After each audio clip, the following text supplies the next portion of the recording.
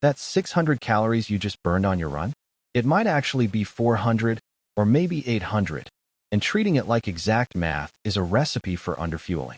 We finish a run and immediately check the calorie count. It often feels like a reward scorecard or a license to eat a bigger dinner. But blindly trusting this specific number is one of the most common data traps for everyday runners. Your watch doesn't actually measure energy. It guesses based on algorithms. Most devices use basic inputs like heart rate, weight, and pace, but they lack the ability to measure your specific metabolic efficiency. This leads to massive variance. Two runners at the same weight running the same pace can burn significantly different amounts of energy based simply on their running economy, how smooth or bouncy their stride is. Here is the biggest math error runners make: confusing gross versus net calories. Your watch usually displays gross calories, which includes the energy you would have burned just sitting on the couch watching TV. This distinction matters.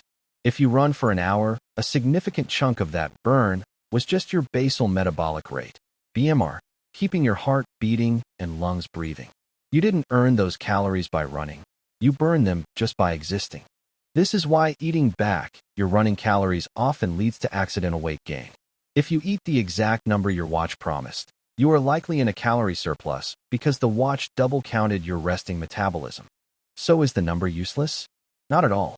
It is incredibly valuable for fueling strategy. On long runs, we don't need exact precision, but we need a target for carbohydrate intake to avoid hitting the wall. Instead of obsessing over the watch's exact count, use the physics rule of thumb.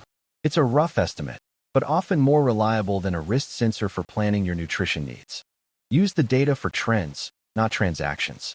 If your weekly energy expenditure spikes suddenly, it's a warning sign for fatigue or potential injury, regardless of whether the absolute numbers are 100% accurate.